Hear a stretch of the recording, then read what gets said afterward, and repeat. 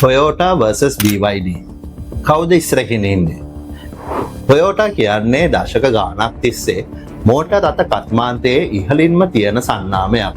අනිත් පැත්තෙන් BYD ගත්තොත් මුලින්ම මොබයිල් ෆෝන් බැටරි වලින් පටන්ගෙන මේ වෙද්දී ලෝකයේ තියෙන විශාලතම EV නිෂ්පාදන සමාගමක් බවට පත් වුණු සමාගමක්.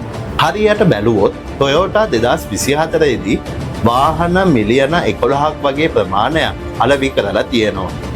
ඒත් BYD ලා විකුණලා තියෙන්නේ මිලියන 3ක් වගේ ප්‍රමාණයක් විතරයි. Toyota මිලියන 11ක් විකුණන්නේ ගැසොලින් හයිබ්‍රිඩ් වාහන. හැබැයි BYD ලා මිලියන 3ක් විකුණලා තියෙන්නේ fully electric plug-in hybrid වාහන. ඉතින් කවුද මේ දෙන්න අතරින් මේ වෙනකොට ඉස්සරහින් ඉන්නේ?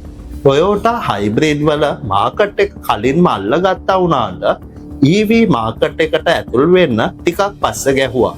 අන්න ඒ අවස්ථාව කෙලින්ම chance එකක් කරගෙන BYD ලා 2024 දී ටෙස්ලාත් අභිබවා ගිහිල්ලා ලෝකයේ අංක 1 විදුලි වාහන අලෙවිකරු බවට පත් වුණා. වාහනවල අනාගතය තමයි ඉලෙක්ට්‍රික්. ඉතින් මේ තරගය ඇතුලේ දිනන්නේ කවුද කියන එක හරියටම බලා ගන්න ඕන නම් අපිට තව කාලයක් බලාගෙන ඉන්න වෙනවා. වර්තමානයේ ගත්තොත් නම් කතා කරන්න දෙයක් නැහැ.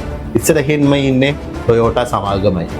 හැබැයි අනාගතය ගත්තොත් පේන්න තියෙන්නේ ඉස්සරහට එන තාක්ෂණික විප්ලවයත් එක්ක හැප්පෙන්න Toyota වලට වඩා BYD වලට හැකියාව තියෙනවා කියන එක.